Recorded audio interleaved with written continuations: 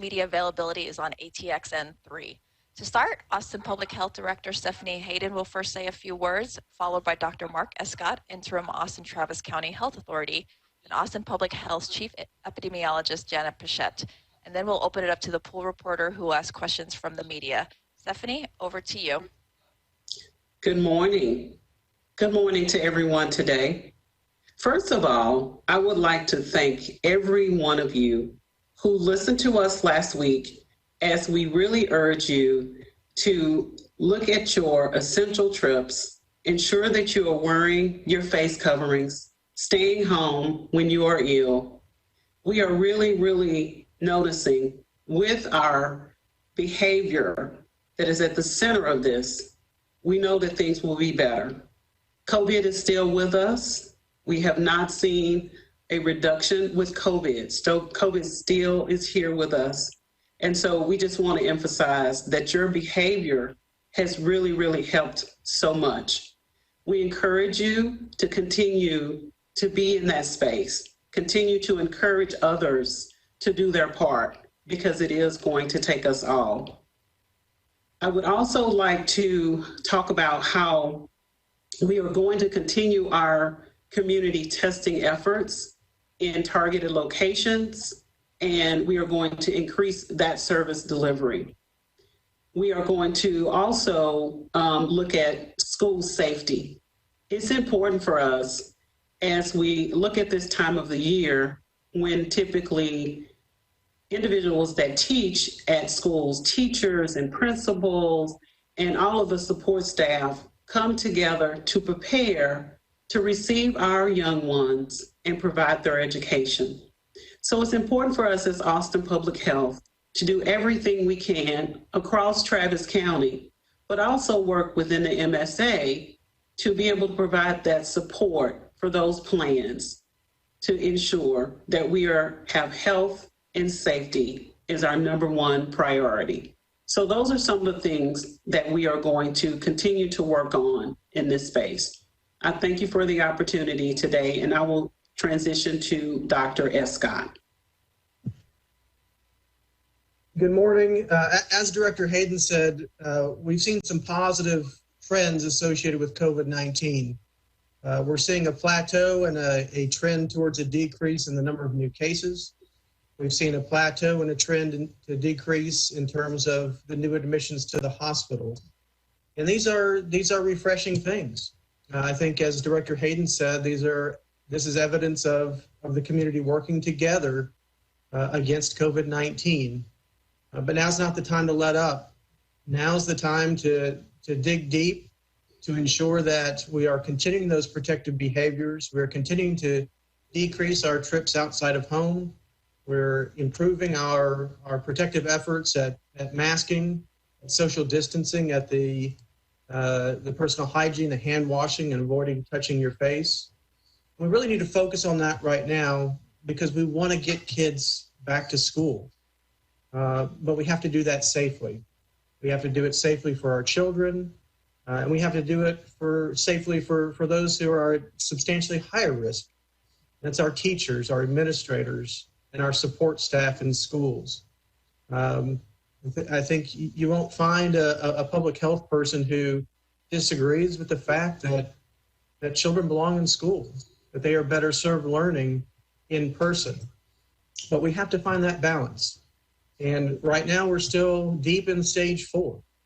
And in order to return a significant percentage of our students back to school, we need to be better than that. We need to be in stage 3 or stage 2 or preferably stage 1. So now's the time, as summer nears an end towards the end of August and September, we've got to do all that we can to ensure that when it comes time to open schools, that we can do that safely and that we can avoid having to close down the schools again in the future. And this is going to require long-term commitment from us. This is not going to, even if we get to stage 3 or stage 2 or stage 1, it's not over. It's the effect of the treatment we've applied, and it's that protective measures that we've utilized in order to get there. And we have to continue those efforts until we have a vaccine which is widely available to the public, where we can start to really relax things in terms of protections. With that, I'll turn it over to you for questions. Ms. Pichette. Good morning, everyone. I too am thankful for the community for continuing to be vigilant about protecting themselves and their families from the spread of this illness. While we are optimistically cautious about the numbers, we did see a high number yesterday. And so from the epidemiologic perspective, we want to be sure that the numbers that we're seeing stay where they're at and continue to take a downward trend. However, we wanted to also explore the factors as to what may be causing that downward trend to occur. And so we will be closely monitoring this over the next few weeks and hope that we can reach levels that we had before we had the reopening occur. So again, I want to thank you for your continued vigilance as far as reducing your exposures and protecting your households. And with that, I'll just move on to what our questions might be. Now to our poll reporter, Mark Wilson with the Austin American-Statesman. Go ahead, Mark. All right, hey there, everybody. This is Mark Wilson with the Statesman, and I'll begin with a question from us at the Austin American-Statesman. Last week, Dr. Jason Pickett said the alternate care site at the convention center would be ready to open this week. Have hospitals seen enough strain on their capacity to reach out to Austin Public Health about transferring patients there yet? And how many patients do you expect to be transferred to the site over the next few weeks based on current modeling? So I'll start off answering that question. Our hope is that we will never take any patients in the alternate care site. That ACS serves as a buffer in case we overshoot, in case we don't have enough capacity. So there's no indication right at the moment that the hospitals will need to transfer patients to that facility. Again, that facility is designed to help decompress the hospitals and look after low acuity patients, individuals who may need a little bit of supplemental oxygen or IV fluids, but that are not complex patients. Those patients are better served in the hospitals. Right now, our concern is still the ICU capacity in terms of primarily the personnel to staff those beds. Our hospitals are doing well. They've got space still at all levels of the hospital, but they're strained. The personnel are strained. They're tired. And our hope is that through the continued efforts of the community, we can continue to decrease that burden. But again, we also have to keep in mind that we're not alone in this, that we are part of a larger Texas community. And when our neighbors and friends are facing surge, that might create surge for us from outside of Travis County. We know that San Antonio has seen an increase in cases following the Independence Day holiday. We know that South Texas is being hit very, very hard right now on COVID patients, with hospitals being overwhelmed and the need to transfer patients outside of their jurisdiction. So we want to be good partners, we want to be good neighbors, and we want to be able to provide services for other residents of the state of Texas should the need arise. So that ACS does provide that buffer to us if we need it. But again, our hope is that we never have to see one patient there. All right, this next question is from Report Day Austin. Is limiting testing to only people with symptoms affecting the overall results of confirmed cases? We have, in our testing strategy, we have tested symptomatic patients as well as patients that have a credible exposure. And so within that exposure, we are testing each of those groups. And so sometimes that does include testing individuals that are asymptomatic because of their exposure to a COVID positive individual. Yeah, and I would just add to that, when we are doing our case investigation and contact tracing, if we do have credible exposures that result, that are identified through those investigative measures, we do make recommendations for people to be tested as well. And I'll jump in on that too. Again, there's a difference between asymptomatic and asymptomatic individual with a known close exposure. The risk is certainly higher if we know somebody's been within 6 feet of an individual for longer than 10 or 15 minutes. And we want to test those who are at higher risk. But again, when we look at the stages of risk for Austin and Travis County, our primary indicator is based on the new admissions to the hospital, because there is less variability based upon testing penetration. We know from our data, we know from national and worldwide data, that the number of cases is much higher than the numbers that we display. That's a given across the globe right now. But we are paying attention to those numbers. We are working to increase our testing. But again, the purpose of testing at this stage is to contact trace, to isolate, to box it in. Right now, still across the state of Texas and in many parts of the country, those cases are happening so quickly that we can't effectively box it in. So then getting to the number of total cases is less necessary, because we don't have the ability to box it in as it is. Certainly, as we start to see a decline in cases, we do want to capture more of the total number of cases. So as the active cases decrease, our efforts will continue so that we can achieve that box it in strategy through the identification of cases, the case investigation, contact tracing, and isolation. Next question is from KUT. Is the city's testing capacity the reason we saw 4 days of lower case numbers this week? Or do you genuinely believe transmission is going down due to the mask mandate and rollback reopenings? So I'll start with that one. I think the case numbers are really going down. I think that's reflected in the plateau and decreases that we're seeing in the hospitals. Last week, we had a record number of tests done by Austin Public Health, 6,000 cases, or 6,000 tests. So I don't think that the testing penetration is an issue here. I think that when we look at our partners outside of Austin Public Health, we continue to see increases in the testing that the other individuals are offering. And that includes our hospital systems, our private clinics, community care, and others. So I think we're doing a good job at testing, and I don't think that's contributing to the decrease in cases. I'll pass it over to Director Hayden or Janet if they have any comments.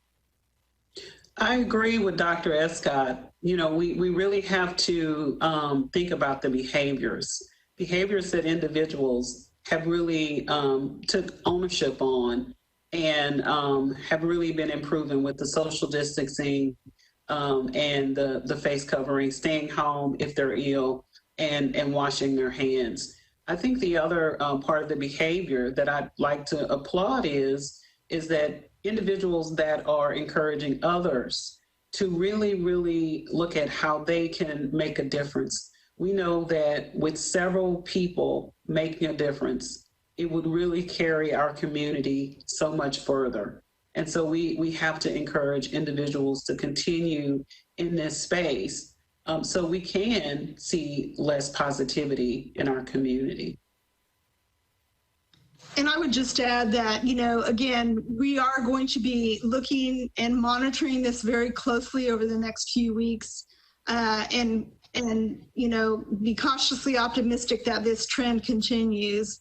But we do want to explore and look at all the factors that might be contributing to this downward trend. And on that note, Community Impact News asks, last Wednesday, officials said the plateauing hospitalization rate and declining case counts were a glimmer of hope, but said it was too early to call it a trend. Can we call it a trend now? Are we really getting a better hold on the virus?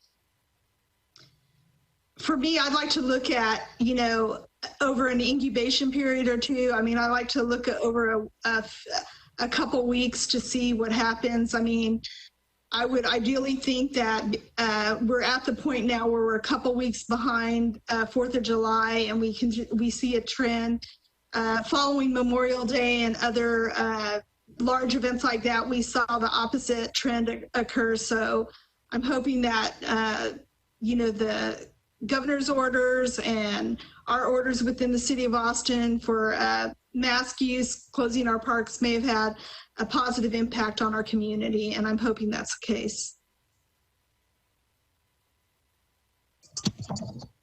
The next question. I'll add on to that. Now's not the time to dance. Now's the time to remain cautious. Again, we're certainly pleased that the numbers aren't going up, but they haven't gone down very much yet.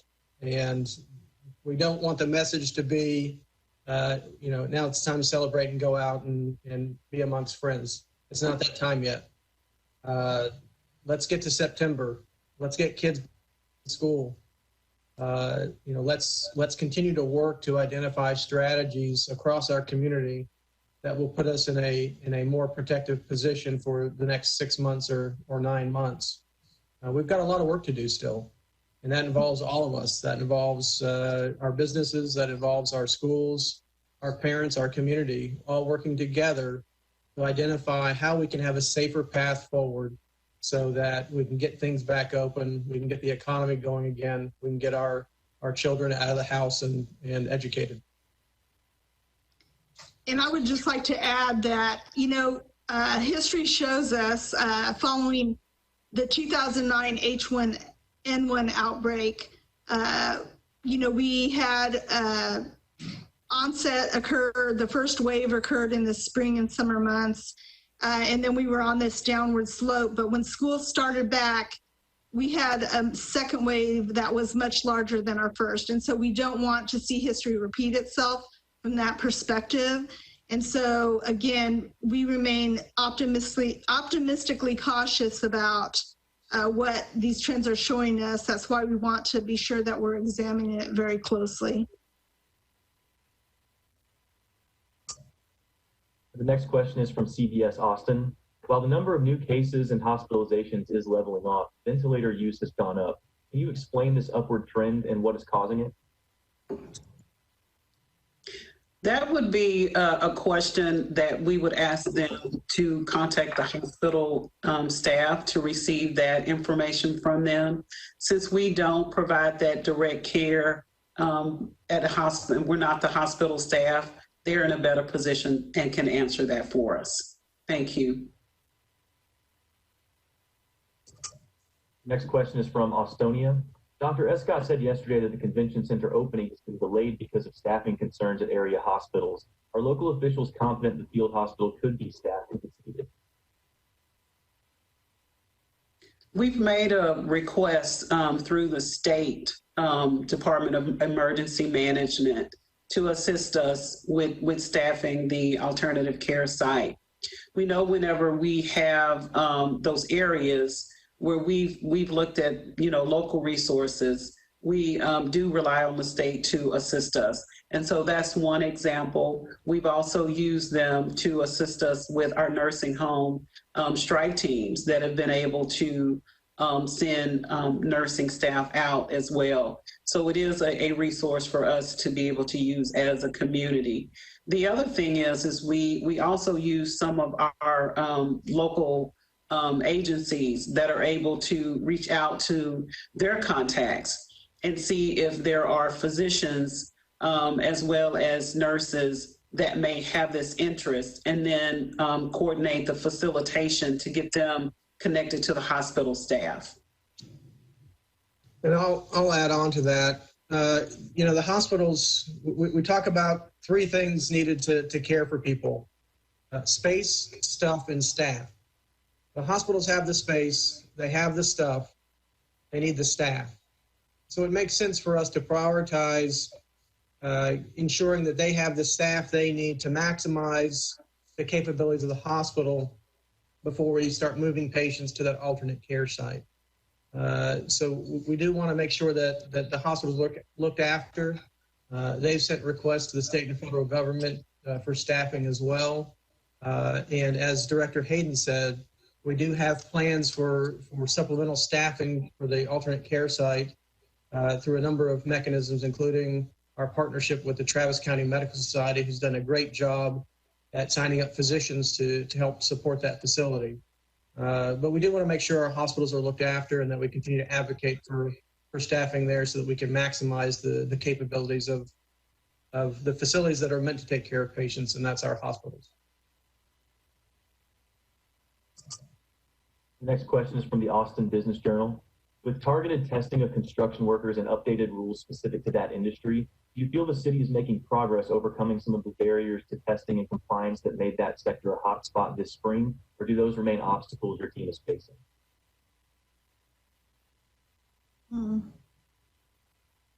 I will say that what we've been able to do is to do some more targeted testing. One of the things that is really essential for us is to work with our groups in the community to set up within our testing static sites to be able to get them to send information out to their contacts and get them to show up to our sites. One of the things that is really important for us as well is to ensure that education is provided to them too about the importance of wearing your mask and washing your hands, and especially to stay home if you're ill. We feel that if those things, along with individuals being able to come to our testing sites, are adhered to, that will continue to see a downward trend in the construction site area, as well as other essential areas, because we do have other essential workers that have had some challenges in those industries. Let me just add on to that. One of the challenges that we have in our workforce that lives paycheck to paycheck is there's a huge disincentive to staying home when they're sick. Remember that sick with COVID-19 may look different for different people. Maybe a runny nose, maybe a cough, maybe a sore throat, maybe some gastrointestinal problems. You may not be able to tell someone has COVID-19, but we've got to continue to work with our state and federal governments to ensure that we have paycheck protection for those individuals who need to stay home, who don't have an alternative to working because they have to support their families. We've got to do better. We've got to ensure that we are continuing to work with the employers, the businesses, the contractors, to ensure that they are doing all they can to provide the support of their employees so that if they are sick, they can stay home, they can get better, they can focus on their recovery and help us to break this cycle of transmission. Next question is from KVUE. Yesterday, Dr. Escott said Austin's cases have plateaued. However, San Antonio is just now seeing the spike from the 4th of July holiday. Is there any concern that Austin will see a similar spike, and any explanation as to why cases from the 4th would potentially just now come into play? So we're now a little over 2 weeks out from the Independence Day holiday, and we haven't seen a spike yet here. There's the initial transmission of the individuals who may have been together on Independence Day, and then there's the secondary transmission from those individuals beyond that. I think we're refreshed to see that we have not seen a significant increase and that we're continuing to see a decline in cases. Yesterday we had more than 600 cases. So I think that was probably lag from labs processing over the weekend. But again, we'll need to continue to watch this week. I think if we don't see a bounce this week in terms of new cases and hospitalizations, then we can say that we avoided a significant outbreak during July 4th. I think our city took some positive steps in addition to the reinforcement of the masking that was performed. We also closed down the parks and some freshwater areas to help avoid the crowding congestion that may lead to new cases. So I'm hopeful that was effective in helping to mitigate the risk of spread during that holiday. The next question is from Univision. Has the Austin-Travis County Latinx strike team seen responses from the survey that was sent to obtain feedback from Latinx community, and what have you learned from it? We've reviewed the results back from the survey, and in review of that, we also have noticed that several of the strategies have been implemented. Those strategies have been thus far making a difference in our community. The plan is to continue to review those strategies as we look at targeted areas within the plan and determine if there are other improvements that we need to make. So we will continue to work off of the responses from the plan, and we will continue to implement other programs and ensure it is a working plan. And so the goal is to be able to be flexible as we are implementing strategies to address the disparities. Next question is from Fox Austin. There have been more than 480 cases of COVID-19 in children ages 1 to 9 here in Travis County. It's been said in the past that children are at lesser risk for the virus or serious complications.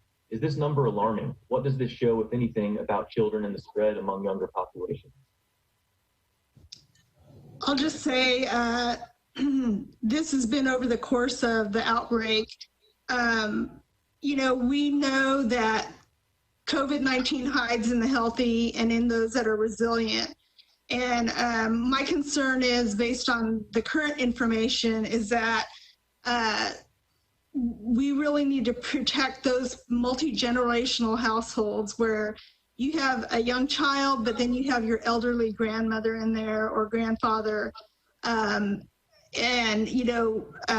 While someone may be out working, they can come home.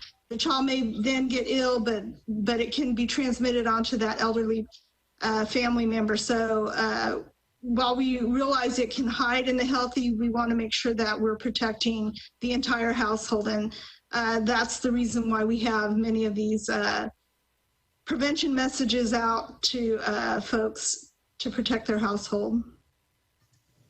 And I'll add on to that. The data is changing every week. We've got new information, new publications coming out. Last week I talked about some data out of China that had a huge variation in the potential for risk of death in young people.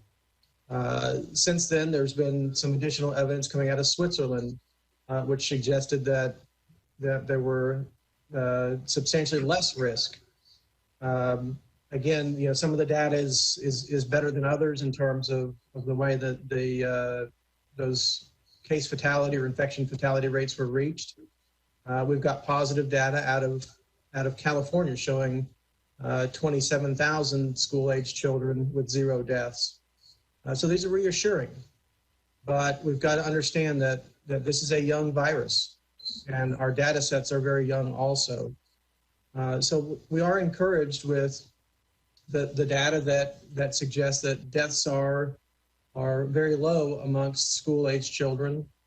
There is concern about the very young, though, with some reports of increased rates of hospitalization and death amongst children less than 1. We know from our data set in March and April that the hospitalization rate for that age group was much higher, 4% as compared to 1.5% for older children. But there's also new evidence on transmission, which suggests that those children younger than 9 may be less effective transmitters of disease than those children that are 10 and older. And as you get into the teenage years, it appears at this stage that transmission looks more like it does in adults. Again, this is refreshing news. I spoke yesterday about an excellent report from the National Academies, which recommended that we really focus our back-to-school effort on those K through 5 students, particularly K through 3 students, where in-person learning is really essential. I think this data regarding transmission in that age group helps us to really advocate for getting those individuals back to school as soon as the school districts are able to ensure that appropriate protections are in place for the students as well as the faculty and staff who are going to be at higher risk. The next question is from KXAN. How many patients are Austin area hospitals taking care of who have been transferred from other parts of the state? How do those transfers impact our overall ICU and hospital capacity? We don't have the numbers of those individuals that were transferred in. Again, that's information that the hospital systems would have. I do know that they've had multiple requests from outside of our jurisdiction, and I'm not sure how many were accepted. I know there was more requests than there was acceptance due to our own situation and in being in a situation of surge here locally. Again, we've seen resources focused, including the United States Navy teams being sent down to South Texas, particularly Hidalgo County, who's being critically hit right now. And we want to continue to be good neighbors. And I think if we get in a better situation over the coming weeks, I'm quite sure that our hospital systems would be willing to receive more patients from outside of our jurisdiction in order to care for all Texas. The next question is from Co-op Radio, and this will be the last question today. Austin Travis County is improving in hospitalization figures while the rest of the state continues to increase. How can the city and county consider reopening if all around us the trend is worsening and likely to re-enter the city or county via commuters, businesses, or travelers? We are really recommending for everyone to just hold the line. We are not encouraging essential trips outside of your home that you don't have to take. We are continuing to emphasize the need of social distancing and face covering because we want to continue this trend. We want to continue to encourage our individuals in the community about the behavior that they've displayed thus far and how they're encouraging others. And so we know that we look at things through an MSA lens, but we also work with our other partners that across Texas that may have challenges that may impact Austin and Travis County. And so we as a county have to always be prepared, always having those conversations and relationships outside of Austin and Travis County with individuals because we are able to learn from each other and be that support system.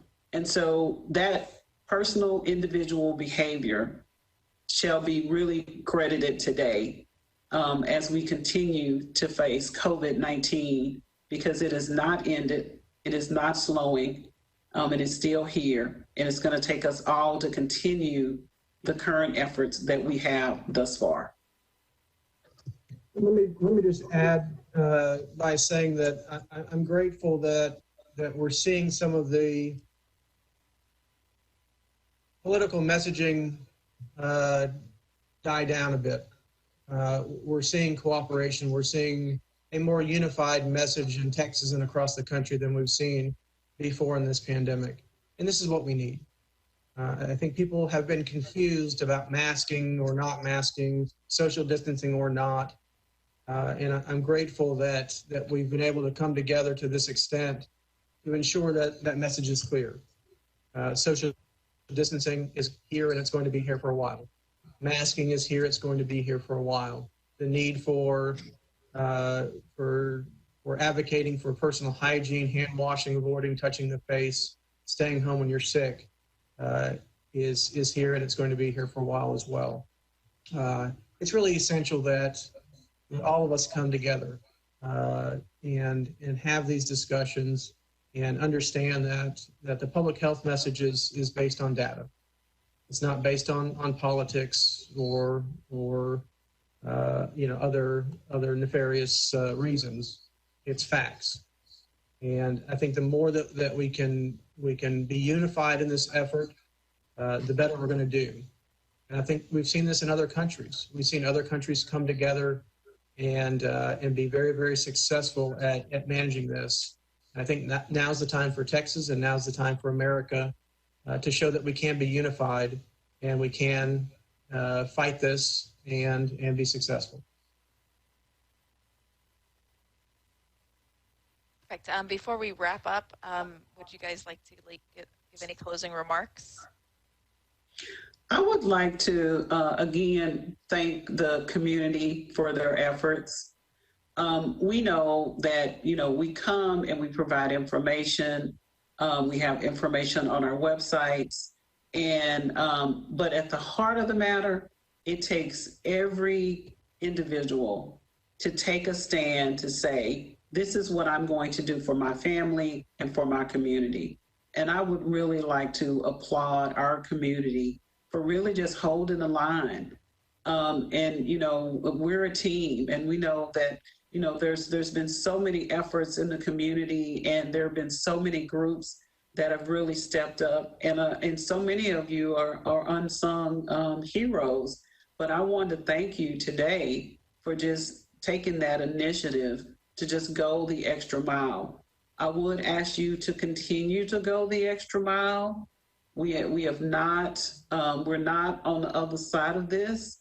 We need you to continue those efforts. I need you to encourage other people that you have influence over, people that look up to you. So if you're an older sister, encourage that, younger sibling. If you are a clergy person, encourage people from your pulpit as you're doing your virtual worship services. Encourage your pulpit and tell them, please do all of the things that we are encouraging you to do by wearing your face covering, staying home when you're sick, and taking the additional steps to wash your hands and not touch your face and eyes, etc. But we really want to really emphasize that, especially for our leaders that have a platform, that have a voice in our community. So I do thank each and every one of you for all you've done thus far. Keep up the good work. And I would just, like to add, I'll add, again, we want to thank you for doing those steps and wearing your masks and those types of things. I want to come back next week and say our numbers continue to go down. I want to see that our numbers do plateau and that there are no other explanations for this downward trend except for good public health practice in the community and mask wearing and social distancing. So I would just say thank you for following those orders and prevention measures. And I hope that we continue to have good news for you next week. And I'll close by saying that as a parent of two teenage children, as the husband of an educator, we hear the concerns from all the sides regarding schooling. We know that folks want to get children back to school, but we have to do that safely. We do have a team who is working with school districts to develop guidance based upon our stages of risk. They're working with the schools to ensure that that each school has a plan if they have a case of COVID-19 or if they have an outbreak. And, you know, we're also ensuring that those plans are communicated effectively with the stakeholders in the community, the parents, the students, the faculty, and staff. We can't allow schools to undergo the same process that happened with businesses, where we open them up without plans, and we sort of develop the plans along the way. I think if we do that, if we move too quickly, we're going to be in a situation where we're going to have multiple school outbreaks and the schools will be closed again. So I think it's worth the time to ensure that we have the processes in place, we have the protective equipment needed for faculty and staff, we have well-rehearsed plans for what happens when a child shows up sick, so that we can open schools and we can keep them open. So we look forward to working with a number of stakeholders to ensure that process is safe and that we can get our kids back in school. Thank you, everyone. That concludes our media availability for today. Thank you to APH Director Stephanie Hayden, Dr. Mark Escott, Epidemiologist Janet Pichette, and the poll reporter for joining us today. Thank you.